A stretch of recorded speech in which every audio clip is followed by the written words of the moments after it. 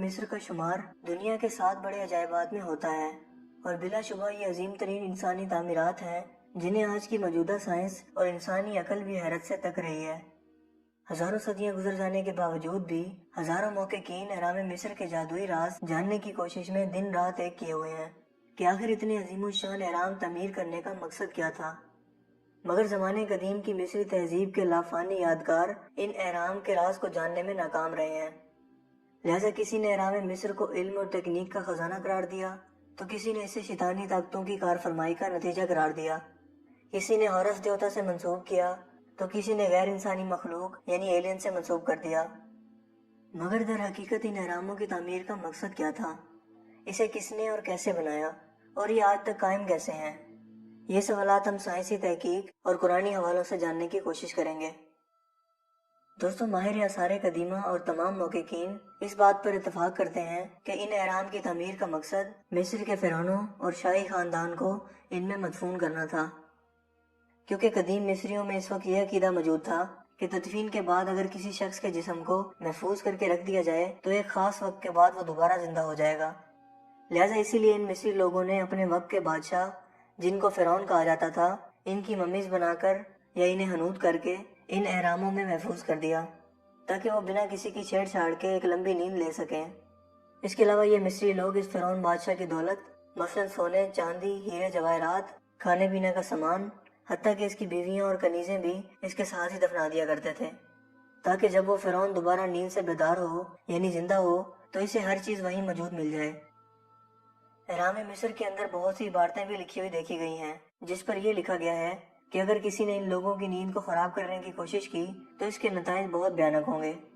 اور وقت نے یہ ثابت بھی کیا کہ جو بھی ان اہرام کے اندر ہیرے جواہرات یا تحقیق کر کے ان کے رازوں کو جاننے کے لیے داخل ہوا تو ان اہراموں کی نوست کا شکار ہو کر طرح طرح کی مصیبتوں کا شکار ہو گیا۔ دوستو، یہ اہرام مصر کے دارالحکومت قاہرہ سے 10 میل کی دوری پر واقع ہیں۔ ماہرین آثار قدیمہ کے مطابق اب تک کل 138 چھوٹے بڑے اہرام یہاں دریافت ہو چکے ہیں جنہیں آج سے تقریباً 6500 سال قبل تعمیر کیا گیا۔ سب سے پہلے ان اہراموں کو ہیروڈوٹس نے 450 قبل مسیح میں دریافت کیا اور انہیں پائرس کا نام دیا۔ اس دور کے اندر ان اہراموں کی بلندی 481 فٹ تھی، جبکہ وقت گزرنے کے ساتھ ساتھ اور موسمی اثرات کی وجہ سے یہ صرف 450 فٹ تک رہ گئی ہے۔ بغیر چھت کے عمودی بلندی میں موجود ان قدیم اہراموں نے انسانی عقل کو وقت حیرت میں ڈال رکھا ہے، کیونکہ ان کی تعمیر میں استعمال ہونے والے چھوٹے سے چھوٹے پتھر کا وزن بھی 2 ٹن ہے، جبکہ زیادہ سے زیادہ 30 ٹن وزن کے پتھر بھی استعمال کیے گئے ہیں۔ ان اہراموں کی بیرونی سطح چکنی اور ہموار تھی، جس کی وجہ چونے کے پتھر یا کرومائٹ کا استعمال تھا، اور یہی وجہ تھی کہ جب سورج کی روشنی ان پر پڑتی تھی تو دھنک یا کوس و قزح کے رنگ نظر آیا کرتے تھے۔ مگر وقت گزرنے کے ساتھ ساتھ یہ چونے کے پتھر چوری کر کے لوگوں نے اپنے گھر کی زینت بنا لیے۔ ان اہراموں کی تعمیر میں ایسا مسالہ بھی استعمال کیا گیا ہے کہ کسی جوڑ کا ذرا برابر نشان بھی موجود نہیں ہے، حتیٰ کہ ایسا محسوس ہوتا ہے کہ شاید بنا کسی مسالے کے ان اہراموں کو صرف پتھروں کو جوڑ کر بنایا گیا ہو۔ اس کے علاوہ ان اہراموں کی دیواروں میں 0.008% کا فرق موجود ہے، جبکہ یہ بات جان کر آپ کو حیرت کا جھٹکا ضرور لگے گا کہ آج کی 21ویں صدی کی تیار کردہ عمارتوں میں بھی اس سے کہیں زیادہ فرق پایا جاتا ہے۔ نیپولین نے جب مصر کو فتح کیا تو اس کے دل میں ان اہراموں کے راز کو جاننے کا شوق پیدا ہوا، لہٰذا تحقیق کرنے پر پتہ چلا کہ اہرام کی مشرقی سمت عین مشرق کی جانب اور باقی سمتیں عین اسی قطبین پر موجود ہیں، اور صرف ایک اہرام کی تعمیر میں اتنے پتھر استعمال ہوئے ہیں کہ اس سے پورے فرانس کے گرد 10 فٹ اونچی اور 1 فٹ موٹی دیوار تعمیر کی جا سکتی ہے، اور مزید کہ اگر ان پتھروں کی سلوں کو 1 فٹ کی سلوں میں کاٹ لیں تو یہ چھوٹے چھوٹے پتھر پوری دنیا کے گرد ایک زنجیر بنانے کے لیے کافی ہوں گے۔ دوستو، یہاں سوال یہ پیدا ہوتا ہے، ہزاروں سال قبل ایسا کیسے ممکن ہوا؟ کیا صدیوں پہلے کا انسان قطب نما کا استعمال جانتا تھا؟ اس وقت میں ایسی کون سی ٹیکنالوجی موجود تھی جو ہم آج کے انسانوں کے پاس بھی موجود نہیں ہے؟ کیونکہ آج کی کوئی بھی کنسٹرکشن کمپنی اہرام مصر کو تعمیر نہیں کر سکتی، اور نہ ہی کوئی مشینری اس کو ایک جگہ سے دوسری جگہ منتقل کر سکتی ہے۔ لہٰذا انہی خصوصیات کی بنا پر ایک مکتبہ فکر مصر کے ان اہراموں کی تعمیر میں جادوئی عناصر اور خلائی مخلوق کے حصہ لینے کا دعویٰ کرتا ہے۔ دوستو، غزہ کے مقام پر موجود 3 اہرام جن کے نام خوفو، خافرہ اور منکاور ہیں، اور انہی کا شمار دنیا کے 7 قدیم عجائبات میں بھی ہوتا ہے۔ سب سے بڑا اہرام خوفو ہے، جس کا مجموعی وزن 7 کروڑ ٹن ہے۔ اب یہاں سوچنے کی بات یہ ہے کہ در حقیقت یہ سب ممکن کیسے ہوا؟ ہزاروں سال قبل بنا قطب نما، بنا کرینوں اور دوسرے آلات کی موجودگی کے بغیر ان بھاری پتھروں کو اونچائی پر کیسے لے جایا گیا؟ ان اہراموں کی تعمیر سے متعلق کئی کہانیاں عام ہو چکی ہیں، لہٰذا ان سے حقیقت کو ڈھونڈ کر نکالنا نہایت مشکل ہو گیا ہے۔ مثلاً ہیروڈوٹس کے مطابق ان اہراموں کی تعمیر میں 1,00,000 مزدوروں نے حصہ لیا، جنہوں نے 20 برس تک دن رات محنت کر کے ان عجائبات کو تیار کیا، اور سینکڑوں ٹن پتھر اتنی نفاست سے جوڑے کہ ان کے درمیان جوڑ کی لائن تلاش کرنا بھی ناممکن ہے۔ جبکہ مصر کے ماہرین کا کہنا ہے کہ ان کے آباء و اجداد نے دستی اوزاروں کی مدد سے ان پتھروں کی سلوں کو تراشا اور انہیں وسیع صحرا سے گھسیٹتے ہوئے ان جگہوں پر لائے جہاں پر یہ اہرام تعمیر ہیں،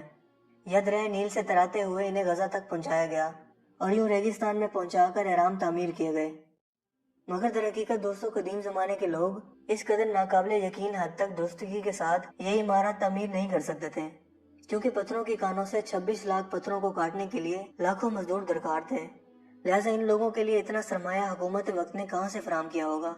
اس کے علاوہ نہ ہی اس زمانے میں کوئی ڈائنامائٹ اور نہ ہی کوئی دھماکہ خیز مواد موجود تھا کہ ان پتھروں کو تراش کر یا توڑ کر ان سے اہرام تعمیر کروائے جا سکیں۔ اس کے علاوہ ڈوگن قبیلے میں بسنے والے افراد آج بھی یہ یقین رکھتے ہیں کہ انسان کو ابتدائی علم سائرس نامی ستاروں سے آنے والے ایک مافوق الفطرت کردار نیمو نے سکھایا، اور اہرام مصر کی تعمیر بھی اسی کا کارنامہ ہے، جبکہ یہ بھی در حقیقت ایک کہانی ہی معلوم ہوتی ہے۔ اس کے علاوہ دوستوں، ایک انتہائی اہم نظریہ یہ بھی ہے کہ ان اہراموں کی تعمیر میں آسمان سے آنے والی غیر انسانی مخلوق نے حصہ لیا، جس میں ہورس نامی دیوتا کا نام قابل ذکر ہے، جسے روشنی کا دیوتا بھی کہا جاتا ہے، اور کہا جاتا ہے کہ اسی نے ان اہراموں کو تعمیر کیا۔ مگر در حقیقت یہ ہورس دیوتا کون تھا؟ دوستو، فری میسن نامی خفیہ تنظیم سے یقیناً آپ میں سے زیادہ تر لوگ واقف ہوں گے اور یہ بھی جانتے ہوں گے کہ اس تنظیم کے تانے بانے اہرام مصر سے ملائے جاتے ہیں۔ اس کی وجہ یہ ہے کہ یہ فری میسن نامی خفیہ تنظیم اسی ہورس دیوتا کو اپنا لیڈر تسلیم کرتی ہے اور اسے نہایت عزت کی نگاہ سے دیکھتی ہے، کیونکہ ان کا عقیدہ ہے کہ جب ہم زمین پر بسنے والے تمام افراد کو نظر میں رکھنے کے قابل ہو جائیں گے تو اس ہورس دیوتا کی آنکھ اہرام سے ابھرے گی اور اس طرح ان کی عالمی حکومت قائم ہو جائے گی، یعنی کہ ون ورلڈ آرڈر کے بعد ان کا مسیحا اہرام سے نکل کر زندہ ہوگا اور وہ اس کی قیادت میں پوری دنیا پر قبضہ کر لیں گے۔ یہاں یہ بات سمجھنا انتہائی ضروری ہے کہ ایک آنکھ والے شخص کا تصور اسلامی روایات میں دجال سے وابستہ ہے۔ آج کی موجودہ سائنس کی حالیہ دریافتوں سے ہمیں معلوم ہوتا ہے کہ اہرام کی تعمیر سے متعلق تمام نظریات غلط ہیں، کہ ان اہراموں کو گرینائٹ کے بڑے بڑے پتھروں کو تراش کر انہیں اونچے راستے یا ریمپ کے ذریعے اوپر پہنچایا گیا، کیونکہ در حقیقت یہ اہرام مصنوعی پتھروں سے بنائے گئے ہیں، جس کی تصدیق کئی سائنسی تجربات کے ذریعے کی گئی ہے۔ آئیے دوستو، اس عظیم عمارات اور عجائبات کی بناوٹ کا ذکر قرآن پاک جیسی مقدس کتاب میں تلاش کرنے کی کوشش کرتے ہیں۔ حیرت انگیز طور پر ان اہراموں کی تعمیر کا ذکر قرآن پاک میں 1400 سال قبل موجود ہے، جس میں اللہ پاک ارشاد فرماتے ہیں، اے حمان، تو میرے لیے مٹی کو آگ میں پکا، پھر میرے لیے ایک بلند عمارت بنوا تاکہ میں اس پر چڑھ کر موسیٰ کے خدا کا سراغ لگا سکوں۔ اس آیت مبارکہ میں فرعون حمان کو حکم دے رہا ہے کہ میرے لیے مٹی کو آگ میں پکا کر ایک بلند عمارت بنواؤ۔ اس کے علاوہ اس آیت میں مصری تہذیب کے طرز تعمیر کو بھی بیان کیا گیا ہے